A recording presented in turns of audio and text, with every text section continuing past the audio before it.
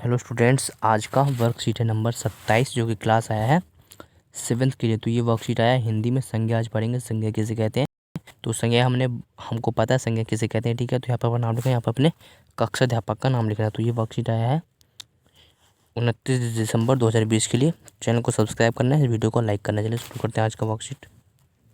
तो प्यारे बच्चों, इन वाक्यों को पढ़िए। तो हमें इन वाक्यों को पढ़ना है कि सुभद्रा ने सुहास को पढ़ाया। मुंबई में इवन मॉडर्न गार्डन नहीं है। महाभारत की रचना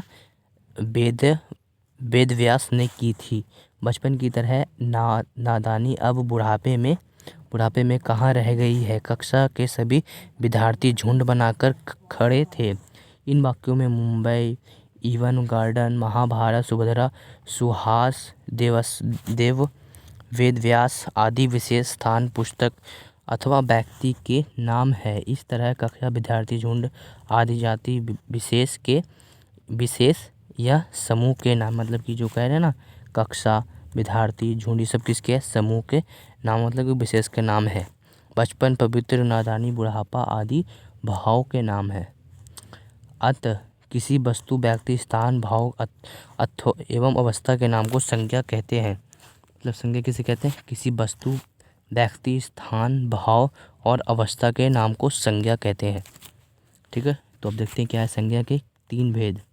पहला है व्यक्तिवाचक, जातिवाचक, भाववाचक, ठीक है। तो व्यक्तिवाचक में वे संज्ञा शब्द जो किसी विशेष वस्तु, व्यक्ति अथवा स्थान के नाम का बोध कराते हैं, उन्हें व्यक्तिवाचक संज्ञा कहा जाता है। जैसे कि ताजमहल आगरा में है, कल्पना चावला कोलंबिया में थी, ठीक है। तो ये क्या है? व्यक्तिवाचक। तो इसमें जो ताजमहल है वो एक व्यक्तिवाचक, मतलब कि वो एक ही है, और जो कल्पना चावला वो ही व्यक्ति है, तो ये व्यक्तिवाचक हो गया, ठीक है। तो सेकंड है कि जातिवाचक संज्ञा। वे संज्ञा शब्द जो जाति का बोध कराते हैं, उन्हें जातिवाचक संज्ञा कहा जाता है।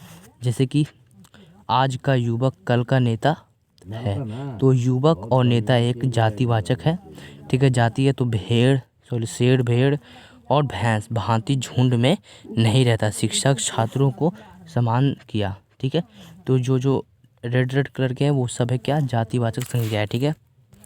अब देखते हैं भाववाचक। भाव मतलब क्या समझते हैं? देखिए कि वे संज्ञा शब्द जो किसी अवस्था अथवा भाव का बोध कराते हैं, भाववाचक संज्ञा कहलाते हैं। जैसे कि क्रोध एक भाव है, मतलब कि वो आपके मन में ही रहेगा, ना कि वो बाहर आएगा, ठीक है। तो वो एक क्रोध है। बचपन भी एक भाववाचक संज्ञा है। और एक है लालिमा। क्या है? लालिमा भी एक भाववाचक संज्ञा। देखिए खुशी भी भाववाचक है, दुखी भी भाववाचक है, हंसना रोना सब ये भाववाचक संज्ञा। मतलब कि वो भाव है, मतलब कि आपको वह महसूस हो सकता है, मगर वो सामने नहीं आता, ठीक है। तो इसे कहते हैं भाववाचक संज्ञा, ठीक है। तो आगे देखते हैं आगे क्या है वर्कशीट में। अब हम देखते हैं कि हमने क्या सीखा और समझाते हैं। देखते हैं इसमें कुछ क्वेश्चन आ रहे हैं, कुछ डैश आए हैं कि रेखांकित संज्ञा के भेद को पहचान कर उनके नाम लिखिए। तो यहाँ पे कुछ नाम दिए गए, जैसे कि अंडरलाइन किया गया वो नाम है, मतलब कि इनको पता लगाना है कि कौन सा वाचक संज्ञा, मतलब कौन सी संज्ञा। चलिए देखते हैं। तो फर्स्ट पढ़ते हैं कि एवरेस्ट नेपाल की सीमा में है। जो एवरेस्ट है, पहाड़ है एक, वो सीमा के नेपाल में है। तो ये एवरेस्ट क्या हुआ? ये पे लिख देते हैं व्यक्तिवाचक, ठीक है। तो ये हो जाएगा व्यक्तिवाचक संज्ञा, ठीक है। व्यक्तिवाचक संज्ञा, ये एक व्यक्तिवाचक संज्ञा है। अब देखते हैं अगला क्या है कि झुंड में चलना भेड़ों का काम है। जो झुंड होता है, झुंड भी एक क्या है? देखिए कक्षा होता है, कक्षा में भी बहुत लोग रहते हैं, झुंड में भी बहुत सारे लोग रहते हैं, मतलब कि जहाँ पे बहुत सारे लोग रहते हैं उसे क्या कहते हैं? समूह। क्या कहते हैं उसे? समूहवाचक संज्ञा, ठीक है। तो इसको जैसे कि यहाँ पे बताया गया है कि जातिवाचक संज्ञा, तो सेकंड में लिखना है हमें जातिवाचक संज्ञा। तो यहाँ पे झुंड जो लिखा हुआ है, तो आप लिखना है जातिवाचक संज्ञा।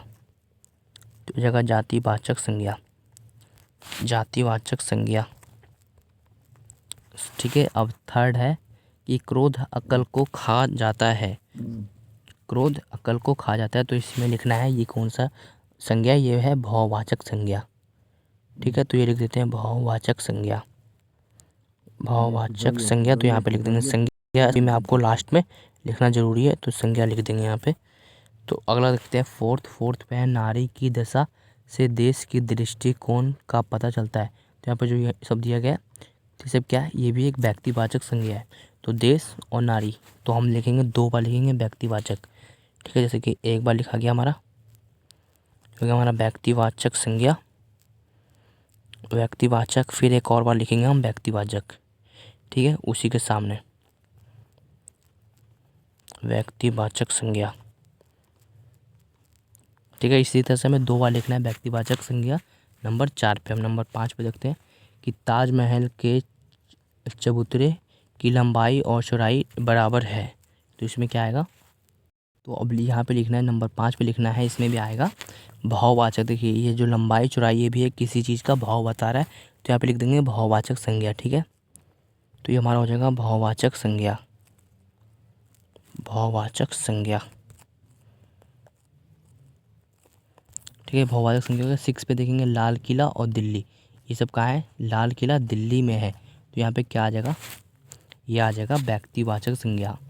नंबर 6 पे आपको लिखना है 2 बार व्यक्तिवाचक संज्ञा, व्यक्तिवाचक संज्ञा लिखना है 2 बार में। यहाँ पे भी चलिए लिखते हैं, यहाँ पे व्यक्तिवाचक संज्ञा 2 बार लिखना है। चलिए फर्स्ट पहले लिख लेते हैं यहाँ पे, तो फर्स्ट लिख देते हैं व्यक्ति संज्ञा, ठीक है। तो यहाँ पे लिख देते हैं व्यक्तिवाचक संज्ञा, व्यक्तिवाचक संज्ञा, ठीक है। अच्छे से आपको लिख लेना है, व्यक्तिवाचक संज्ञा एक बार हो गया। अब दूसरी बार लिखना है व्यक्तिवाचक संज्ञा, ये वाला यह है, ठीक है।